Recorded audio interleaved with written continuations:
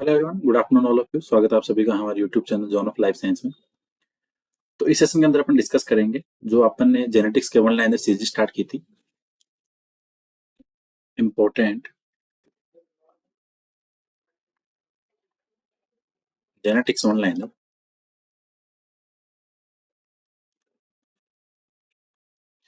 इसके अपन ने part first and second दोनों अपलोड कर दिए। और ये जो जेनेटिक्स के इंपॉर्टेंट सेशन है वन लाइनर के, ये आपकी जेनेटिक्स की या दैट मीन्स अपन ये कह सकते हैं कि आपकी जो बायोलॉजी की कॉम्पिटिटिव एग्जाम्स हैं, चाहे आपकी फर्स्ट ग्रेड की एग्जाम हो, अपार्ट फ्रॉम अगर यहाँ पे असिस्टेंट प्रोफेसर एग्जाम हो, चाहे वो जूलॉजी की हो बॉटनी की हो, तो जेनेटिक्स आपके लिए दोनों जगह कॉमन है। तो अपन इन सेशन के अंदर उन इंपॉर्टेंट लाइनों को रिवाइज कर रहे हैं जहां से आपके क्वेश्चंस बनते हैं। जेनेटिक्स के अंदर जो क्वेश्चंस हैं वो कॉमन क्वेश्चन जो बनते हैं, सिंपल क्वेश्चन बन जाते हैं कई बार, तो उन सब चीजों को अपने यहाँ पे डिस्कस कर रहे हैं जो आपके एग्जाम के लिए इंपॉर्टेंट है। तो जिन्होंने प्रीवियस लेक्चर नहीं देखे हैं, एक बार आप उसको देख लेना। और ये आज का फाइनल सेशन है। तो आपके जेनेटिक्स के 3 वन लाइनर वीडियो हो गए, फर्स्ट सेकंड थर्ड। इसके अंदर आपको कॉम्पिटेटिव एग्जाम के अंदर 101% आपको क्वेश्चन देखने को मिलेंगे। ठीक है, तो सेशन को जरूर देखना। तो आज का सेशन पर स्टार्ट करते हैं और ये आपका लास्ट सेशन होगा जेनेटिक्स का। ठीक है, इसके अलावा अपने सेल बायोलॉजी, इकोलॉजी ये भी करवा दिया ऑनलाइन में, तो उनको भी देख लेना। फिर आज के सेशन के अंदर जो चीजें और बची हैं, एक बार उसको भी देख लेते हैं, जो इंपॉर्टेंट इंपॉर्टेंट चीजें हैं। मेंडल के जो करेक्टर थे, कौन से थे, एक बार उनको देख लेते हैं कि यहाँ से भी आपका क्वेश्चन बनता है कई बार एग्जाम में। ठीक है, तो मेंडल के जो 7 करेक्टर थे,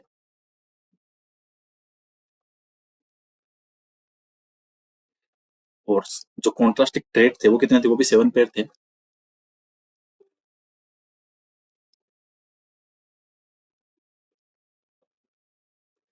ठीक है, तो करेक्टर और दूसरी बात, क्रोमोसोम नंबर की कौन से क्रोमोसोम पे कौन सा करेक्टर प्रेजेंट था, डोमिनेंट कौन सा था, रिसेसिव कौन सा था। तो इन चीजों को देख लेते हैं एक बार। तो इधर तो आपका करेक्टर हो गया, जो 7 करेक्टर थे उसके। इधर आपका डोमिनेंट था या रिसेसिव, ये डोमिनेंट और ये रिसेसिव। और इधर आपका क्रोमोसोम नंबर। ठीक है, एक क्वेश्चन आपके यहाँ से बनता है एग्जाम के अंदर। तो करेक्टर की बात करें तो सबसे पहले अपन बात करते हैं आपकी स्टेम लेंथ की। आपके प्लांट की लेंथ थी, स्टेम हाइट थी। तो इसके अंदर आपने डोमिनेंट कौन सा लिया था, इसने टॉल। और रिसेसिव कौन सा था, ड्वार्फ, बोनापन। और यहाँ पे क्रोमोसोम नंबर था आपके 4। सेकंड करेक्टर आता है आपके फ्लोर पोजीशन का।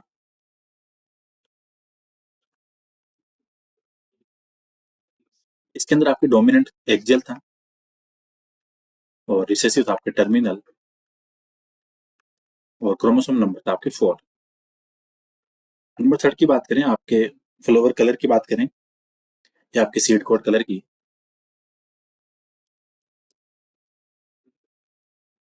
ठीक है, तो इसके अंदर आपके वॉयलेट था और ग्रे था, सॉरी व्हाइट, वॉयलेट और व्हाइट। और क्रोमोसोम नंबर था ये फर्स्ट। नंबर 4 की बात करें तो फिर आपकी पोर्ट शेप आती है।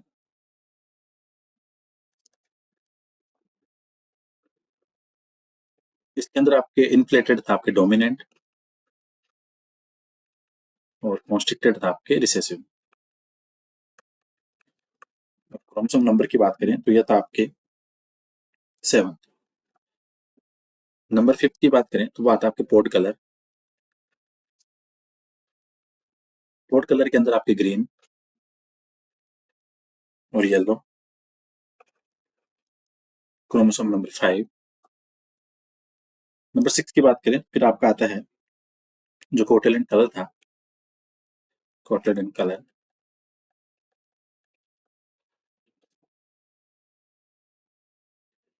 या सीड कलर की बात करें तो वो था आपके येलो और ग्रीन। क्रोमोसोम नंबर था फर्स्ट। 7th लास्ट करेक्टर था आपका जो आपके सीड शेप का या सीड फॉर्म का। तो यहाँ पे एक तो था आपके राउंड जो डोमिनेंट था, और जो रिसेसिव था वो था आपके रिंकल।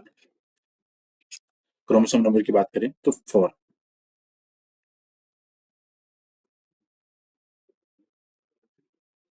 फिर फोर्थ नहीं, सीड शेप की बात हो रही है यहाँ पे। सीड शेप में था आपके 4th। ठीक है, तो ये थे आपके। तो यहाँ पे आपको एक चीज पता चली, जो क्रोमोसोम थे वो 4 क्रोमोसोम थे, फर्स्ट, फोर्थ, 5 और 7। 7 कैरेक्टर, 7 इसके कॉन्ट्रास्टेड ट्रेड थे, और डोमिनेंट रिसेसिव, और इनके जो अलग अलग कैरेक्टर थे वो सारे ये थे मेंडल के जो। ठीक है, अब इस बात आती है यहाँ से एक क्वेश्चन और बनता है आपके, जो मेंडल का वर्क था वो डिस्कवर किया था, और इसका वर्क पब्लिश कब हुआ था? तो मेंडल का वर्क जो पब्लिश हुआ था 1865 में।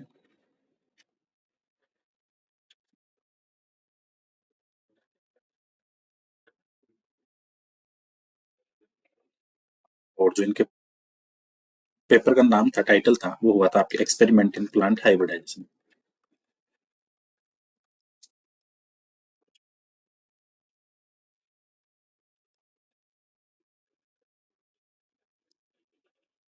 ठीक है, मेंडल के जो रीडिस्कवर थे उसके।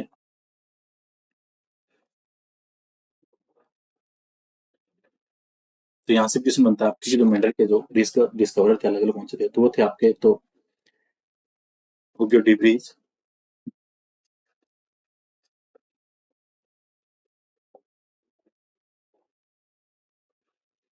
एक थे आपके कॉलकोरेंस,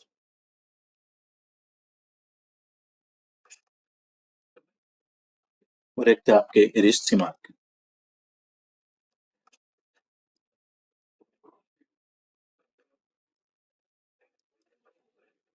ये आपको तीनों को ध्यान रखना है कि जो मेंडल के वर्क को रीडिस्कवर किया था वो 3 साइंटिस्ट आपके, हुगो डिब्रीज, कॉलकोरेंस और इरिसिबल सिमार्क। तो 3 साइंटिस्ट थे जिन्होंने मेंडल का वर्क रीडिस्कवर किया था। तो यहाँ से एक तो क्वेश्चन बनता है, तो इसका थोड़ा ध्यान रखना। यहाँ से एग्जाम के अंदर क्वेश्चन बन जाते हैं, सिंपल सिंपल क्वेश्चन है, 7 कैरेक्टर थे, उसके साथ ही आपके जो कॉन्ट्रास्टिंग पेयर थे वो थे। ठीक है, तो ये आपको थोड़ा ध्यान रखना है, यहाँ से आपके एग्जाम में क्वेश्चन बनता है। दूसरी चीज, जो मेंडल ने 2 टेक्निक काम में ली थी, एक तो थी आपकी इमेस्कुलेशन।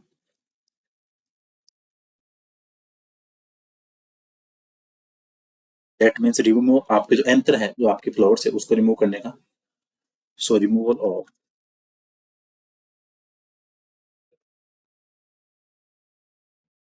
एंथर फ्रॉम फ्लावर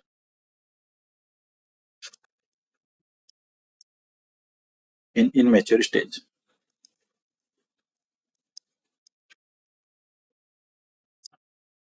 इसके अलावा फिर था आपका बेकिंग, एक 2 टेक्निक काम में ली थी मेंडल ने। वो था आपके, जो आपके इमेस्कुलेटेड फ्लावर थे उनको बैग से ढकना, जिसके बाद आपके जो क्रॉस पोलिनेशन है वो नहीं हो सके। So covering by bags on emasculated flower,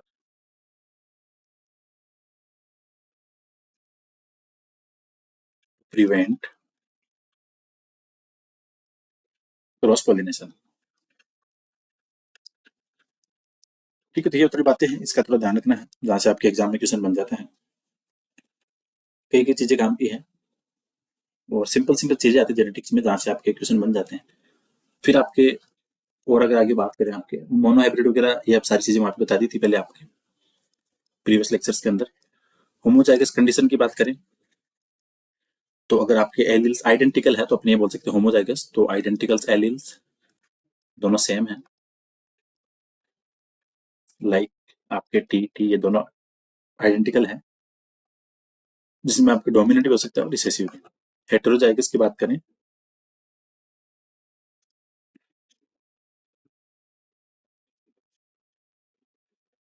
तो ये आपके नॉट आइडेंटिकल होंगे, दोनों सेम नहीं है, लाइक आपके एक कैपिटल एंड एक स्मॉल। तो ये कुछ थोड़ी बेसिक बेसिक सी बातें हैं, जहाँ से ध्यान रखो, यहाँ से एग्जाम में क्वेश्चन बनता है। चेकर बोर्ड था, जो आप टेबल बना के आप जो डाटा एनालिसिस करते हो जेनेटिक्स के अंदर प्रोबेबिलिटी वगैरह के लिए। तो यहाँ से एग्जाम में क्वेश्चन बनता है कि जो चेकर बोर्ड है वो किसने दिया था? तो आपके साइंटिस्ट अपोनेंट, उसके द्वारा दिया गया था चेकर बोर्ड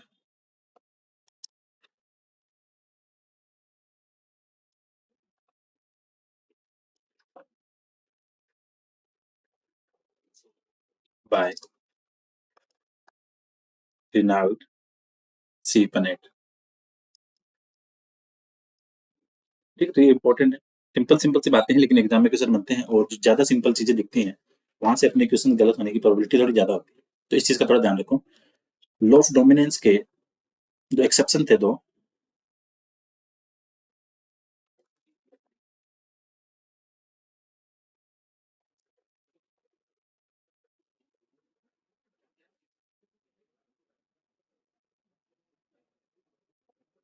एक तो था आपका इनकम्प्लीट डोमिनेंस,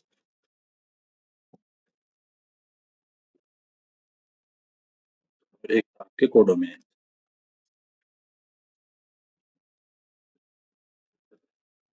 ठीक है, तो ये थोड़ी चीजें इंपॉर्टेंट ध्यान रखना। लॉ ऑफ सेग्रीगेशन के वैसे कोई एक्सेप्शन है नहीं, लेकिन एक नॉन डिसेक्शन है, उसको मैं भी मानते हैं थोड़ा उसका। तो exception of law of segregation,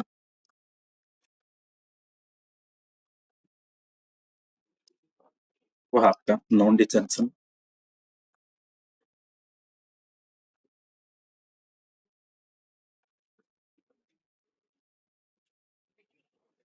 तो ये थोड़ी काम काम की चीजें हैं, तो इनका थोड़ा ध्यान रखना। और प्रीवियस जो लेक्चर थे उसके अंदर सारी चीजें वैसे बता रखी है, जहाँ जहाँ से आपके एग्जाम में क्वेश्चन बनते हैं। तो ये लास्ट पार्ट है, इसके अंदर भी और भी जो चीजें बचेगी उस अपन सबको देख लेंगे। फिर दो वर्ड आते हैं आपके, एक तो टेस्ट क्रॉस और एक आता है आपको बैक क्रॉस, तो दोनों का थोड़ा ध्यान रखो। इनके सिर्फ सिंपल सी डेफिनेशन आती है एग्जाम में।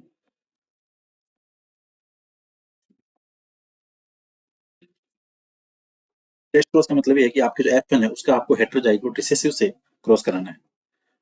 Cross between F1 and heterozygote recessive. ठीक है, ये सिंपल सिंपल सी चीजें हैं जहाँ से आपके एग्जाम में क्वेश्चन बनता है। पहले बैक क्रॉस है, बैक क्रॉस के अंदर आपको जो क्रॉस है,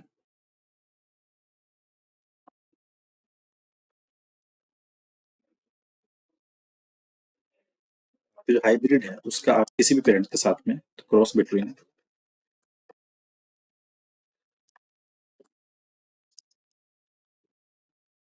hybrid and one of its parents, किसी भी पेरेंट्स के साथ में करा सकते हो। लाइक ऐसे कह सकते हैं कि F1 का क्रॉस आप P1 या P2 किसी से भी करवा सकते हो। तो टेस्ट क्रॉस और बैक क्रॉस का ध्यान रखो। दूसरी चीज, बैक क्रॉस आपके काम आता है जीन नॉकआउट एक्सपेरिमेंट में।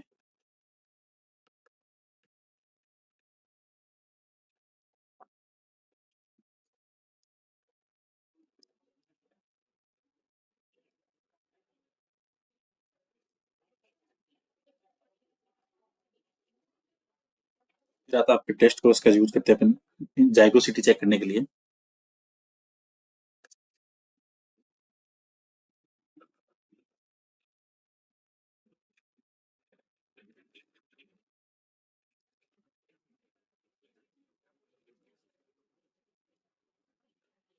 सिंपल सिंपल चीजें हैं, इनका थोड़ा ध्यान रखो। बाकी और सारी चीजें जो बच रही थी वो पहले भी करवा रखी है ऑलरेडी, तो उन लेक्चर्स के अंदर भी देखना जो ऑनलाइन रहती है। इसके अंदर जो जो चीजें बची हुई हैं उनको अपने यहाँ पे देखने की कोशिश कर रहे हैं। ठीक है, फिर इसके बाद में आपके इनकम्प्लीट डोमिनेंस है, जो आपके एलेलिक इंट्रैक्शन है।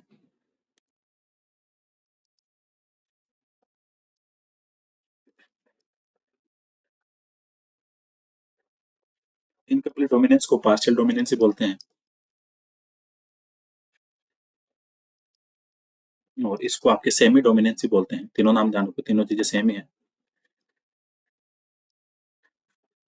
ये कंडीशन कब होती है, जब आपके एलील है उसमें से ना तो कोई सा डोमिनेंट है और ना कोई दूसरा है। ठीक है, तो यहाँ पर हम ये कह सकते हैं नाइदर एलील इज डोमिनेंट और दैट।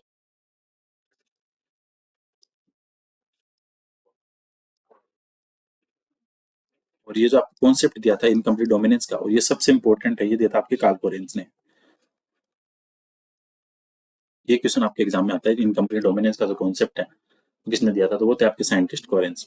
एग्जाम्पल्स की बात करें इनकम्प्लीट डोमिनेंस की, ये क्वेश्चन पे आता है एग्जाम के अंदर की, जो आपके इनकम्प्लीट डोमिनेंस उसके एग्जाम्पल बताओ। तो एक तो आपके जो फ्लावर कलर है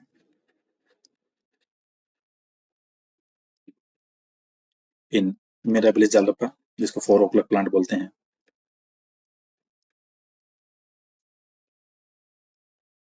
फिर इसके बाद में आपके फ्लावर कलर है एंथेरियम मेजस में,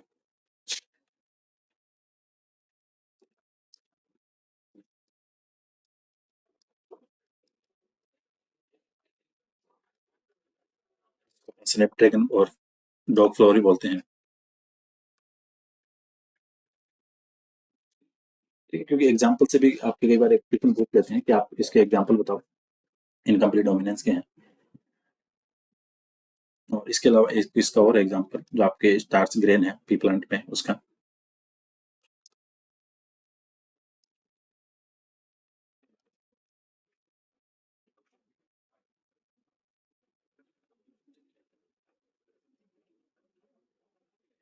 ठीक है, फिर इसके बाद में कॉन्सेप्ट आता है आपकी कोडोमिनेंस का।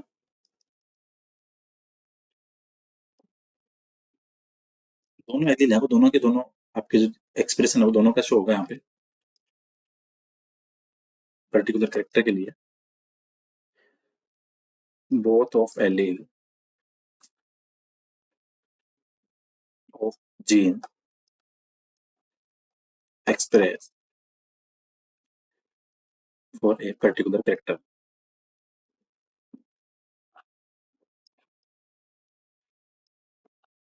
एग्जाम्पल्स की बात करें यहाँ पे, तो एक तो आपके जो केटल्स के अंदर पोर्ट कलर है,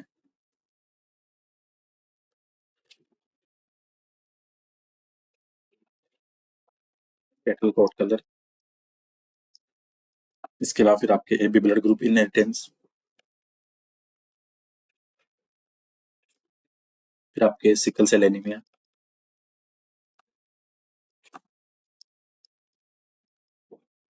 ठीक है। फिर आपके एक आता है मल्टीपल एलील्स,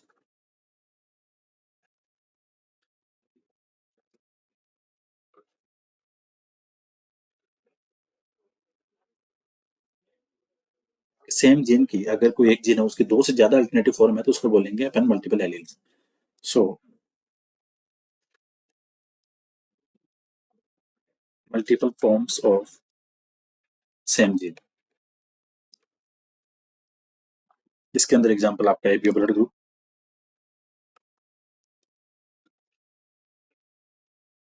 एग्जांपल्स आपके एग्जाम के लिए इंपॉर्टेंट है, यहाँ से क्वेश्चन बनते हैं, ठीक है। और इसके बाद में कि जो एक आता है एलिलिक है, फिर आपके नॉन एलिलिक इंटरेक्शंस भी है कुछ, और इससे पहले आपके पेलियोट्रोपिक आता है जीन,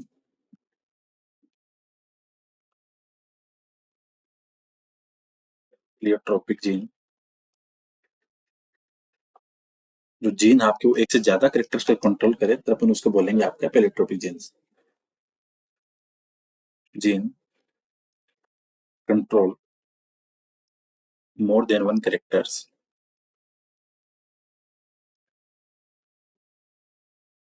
ठीक। इसका एग्जांपल आपके फिनाइलकीटोनुरिया डिजीज है जो ह्यूमंस में।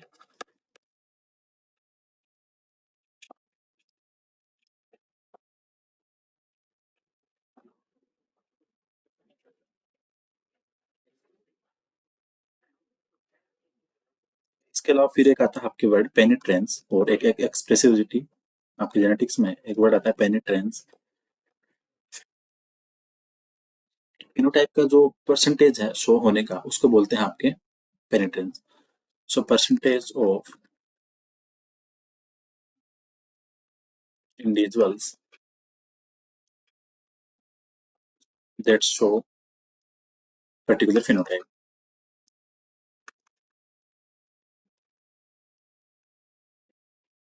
और इसका एग्जांपल आपके पॉलीडेक्टाइल ह्यूमन।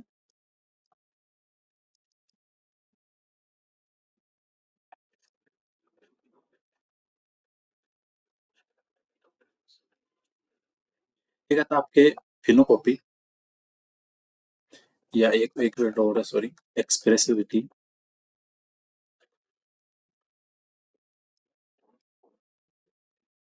तो आपके एक जीन है उसके जो अलग अलग एक्सप्रेशन है अलग अलग डिग्री पे उसको बोलते हैं आपके एक्सप्रेसिविटी। तो अपने कह सकते हैं a particular gene produce different degree of expression.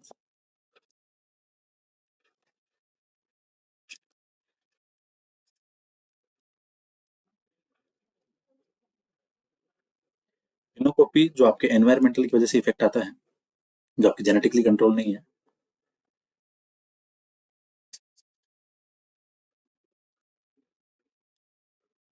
Genetically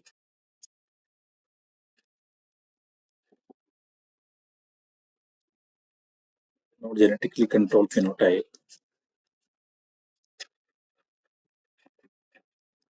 but environmentally induced.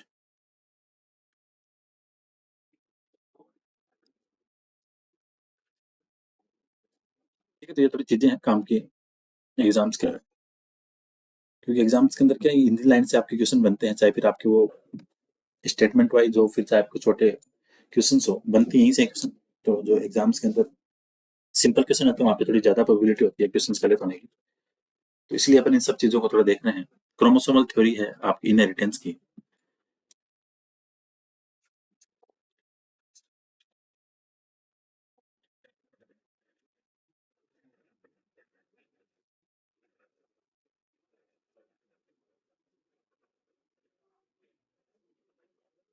ये दी थी आपके सटनर बोवेरी ने।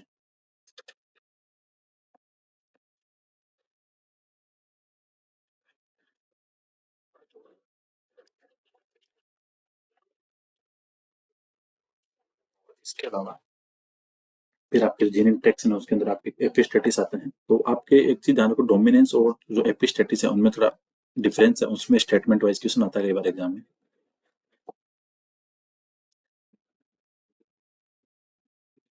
डोमिनेंस आपका एलिलिक इंटरेक्शन है, एक तो ये ध्यान रखो, और एपिस्टेटिस आपका नॉन एलिलिक है।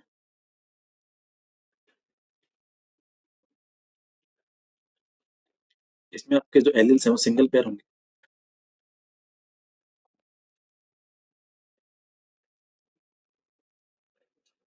इसमें आपके टू पेयर। इसमें आपके इफेक्ट आएगा वो डोमिनेंट एलील की वजह से, लेकिन आपके एपिस्टेटिस में डोमिनेंट रिसेसिव दोनों से हो सकते हैं। So effect from only dominant allele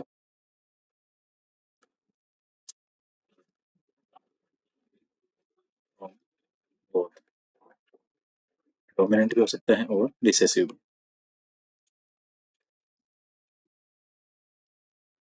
ठीक है, ये थोड़ी चीजें तरह से एग्जाम में क्वेश्चन बनते हैं।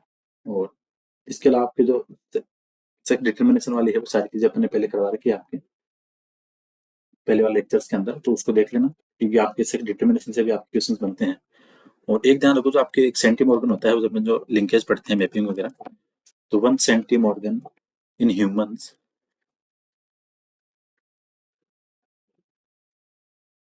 1 सेंटीमॉर्गन इन ह्यूमंस, उसके कितने बेस पेयर के बराबर होगा, तो 1 × 10⁻6 बेस पेयर। ये याद ध्यान रखो, 1 सेंटीमॉर्गन ह्यूमंस की बात करें। ठीक, तो इंपॉर्टेंट चीज है ये होगी। इसके अलावा और बाकी सारी चीजें आपकी करवा रखी है पहले वाले लेक्चर्स के अंदर, उनको देखना कि उससे डिटर्मिनेशन आपके करवा दिया था। फिनोटाइप, जीनोटाइप, मोनोहाइब्रिड, डाईहाइब्रिड, ट्राइहाइब्रिड, सारी चीजें वहां पे अपन करा रखी हैं, क्रॉस वगैरह, उसके जीनोटाइप रेशियो, फिनोटाइप रेशियो, ये सारी भी करवा दी थी। और जो आपके ड्रोसोफिला में जो ऑटोसोमल और सेक्स लिंक्ड का जो जेनिक बैलेंस थ्योरी है, उसके अकॉर्डिंग जो अलग अलग आपके रेशियो आते हैं, वो सारी चीजें भी करवा दी थी। इसके अलावा फिर आपके जो कुछ डिजीज बचती हैं, जो आपके ऑटोसोमल डोमिनेंट और रिसेसिव हैं, तो डोमिनेंट की बात करें आपके, एक क्वेश्चन यहाँ से बनता है एग्जाम के अंदर कि कौन सी डोमिनेंट और कौन सी रिसेसिव है। तो डोमिनेंट के अंदर आपके एक तो फेमेलियल हाइपरकोलेस्टेमिया।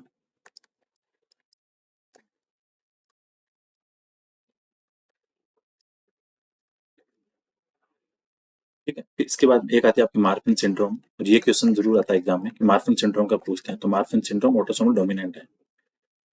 ठीक है, एक आपके हंटिंगसन है, कोरिया,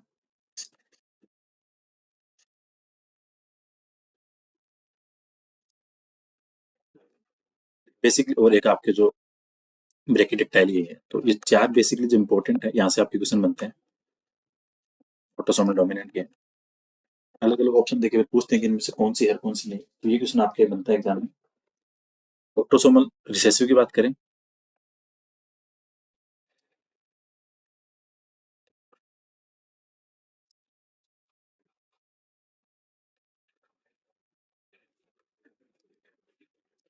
यहाँ से एक तो थैलेसीमिया, ये तो पक्का ही क्वेश्चन आता है आपके एग्जाम में।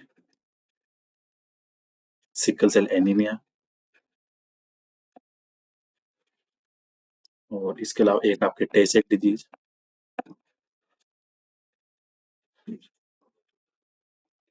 नाइलकीटोन्यूरिया,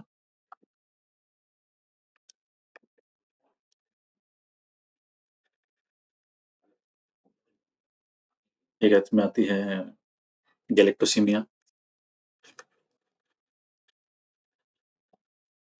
एक और बचती है थैलेसीमिया हो गया, सिकल सेल एनीमिया, एक आपकी सिस्टिक फाइब्रोसिस। काफी सारी है, लेकिन जो इंपॉर्टेंट एग्जाम की दृष्टि से वही डिस्कस कर रहे हैं। ऐसे तो सारी याद भी नहीं होती, लेकिन जो कॉमन कॉमन है दो चार वो याद हो जाती है, जहाँ से आपके क्वेश्चन बनते हैं। ठीक है, इसके अलावा फिर आता है आपके x link, dominant.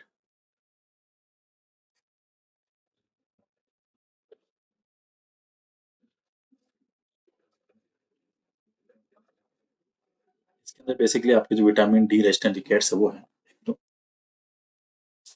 Vitamin D.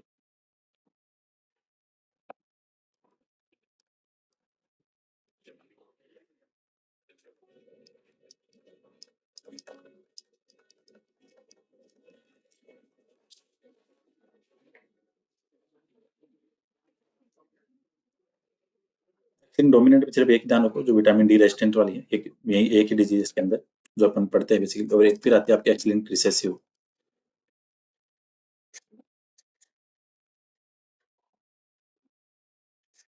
इसके अंदर सबसे इंपॉर्टेंट एक तो आपकी जो टचनल मस्कुलर डिस्ट्रोफी है,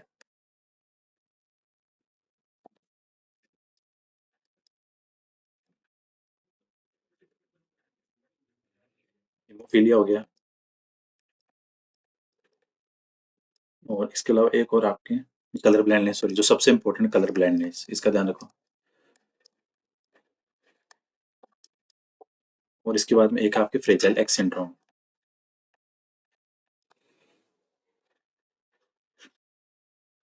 और एक और बचती है इसके अलावा glucose 6 phosphate dehydrogenase deficiency, G6 phosphate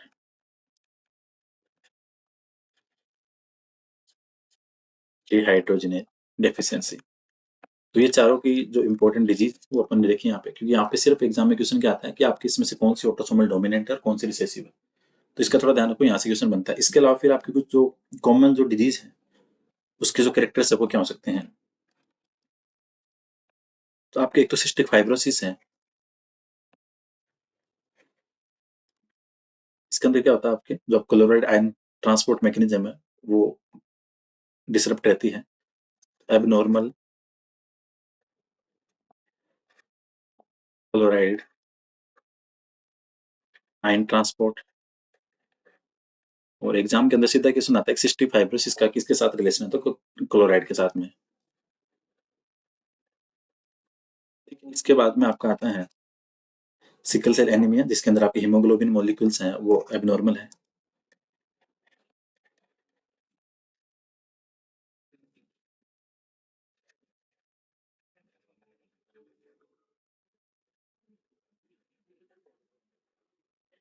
ketonuria, ये एग्जाम सीधा एग्जाम के अंदर यहाँ पे एंजाइम का नाम आता है डायरेक्ट।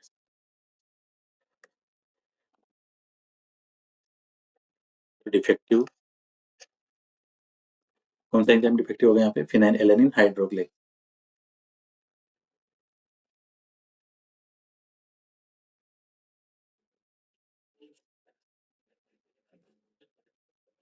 इसके अलावा फिर एक और आपके टेस्ट डिजीज है, उसका भी एंजाइम पूछते हैं। तो फिनाइल कीटोन्यूरिया और टेस्ट डिजीज, इनके दोनों का एंजाइम का ध्यान रखो, ये क्वेश्चन आता ही आता है आपके एग्जाम के अंदर।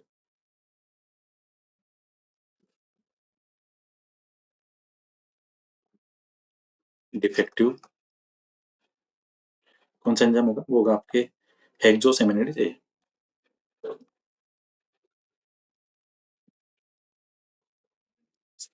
ठीक है, और इसके अलावा अगर और को बात करें आपके हीमोफीलिया ए है, तो उसके अंदर आपके ब्लड क्लॉटिंग फैक्टर 8 की वजह से।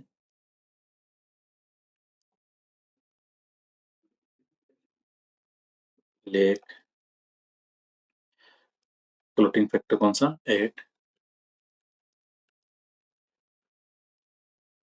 8 नंबर का जो क्लॉटिंग फैक्टर है, ब्लड क्लॉटिंग का वीडियो डाल रखा है, उसमें जाके देखना कि 8 नंबर का कौन सा। यहाँ से आपके क्वेश्चन बनते हैं। तो 8 नंबर का जो करेक्टर क्लॉटिंग फैक्टर वो मिस रहेगा। हीमोफीलिया बी की बात करें, यहाँ पे आपका फैक्टर 9। तो ये दोनों को ध्यान रखना, जिसको बोलते हैं क्रिस्टमस डिजीज। हीमोफीलिया बी को क्या बोलेंगे, क्रिस्टमस डिजीज। ठीक है, इसके बाद में आपके जो मस्कुलर डिस्ट्रोफी है,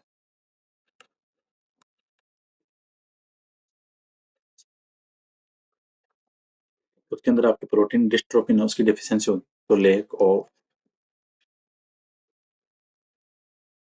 प्रोटीन डिस्ट्रोफिन। फिर आपकी जो फेवरेट डिजीज है,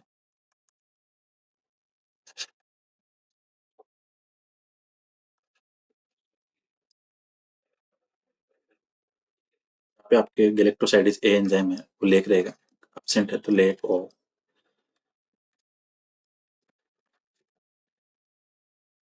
गैलेक्टोसाइडिस ए। और G6PD है, उसके अंदर आपका जो डिहाइड्रोजनेज एंजाइम है, ग्लूकोज 6 फॉस्फेट डाइहाइड्रोजन, तो ये किसने बन जाता है आपके, तो G6PD, इसके अंदर होगा आपके deficiency of glucose 6 phosphate dehydrogenase. तो ये 3 सेशन थे आपके जेनेटिक्स के वन लाइनर इंपॉर्टेंट सेशन जो अपन ने डिस्कस किए। तो प्रीवियस लेक्चर जरूर देखना, फर्स्ट और सेकंड, उसके बाद में थर्ड देखना। आपको एग्जाम के अंदर यहाँ से ऑलमोस्ट क्वेश्चन देखने को मिलेंगे, काफी सारे क्वेश्चन यहाँ से आएंगे आपके, क्योंकि जेनेटिक्स के अंदर जो क्वेश्चन है वो एक रिपीटेड होते हैं, क्योंकि कॉन्सेप्ट वही रहते हैं जेनेटिक्स के अंदर। ठीक है, तो वहां से आपके क्वेश्चंस बनते हैं, तो उन सब चीजों को अपन ने ध्यान में रखे ये सेशन अपन ने डाले हैं तीनों, तो तीनों जेनेटिक्स की वीडियो जरूर देखना, हर एग्जाम के लिए इंपॉर्टेंट होगा। कोशिश ये रहेगी कि यहाँ से आपके एग्जाम्स में क्वेश्चन आए, तो होपफुली सेशन आपके लिए इंपॉर्टेंट रहने वाला है। तो वीडियो को शेयर करना, लाइक करना। So thank you so much for watching this video, मिलते हैं नेक्स्ट क्लास में।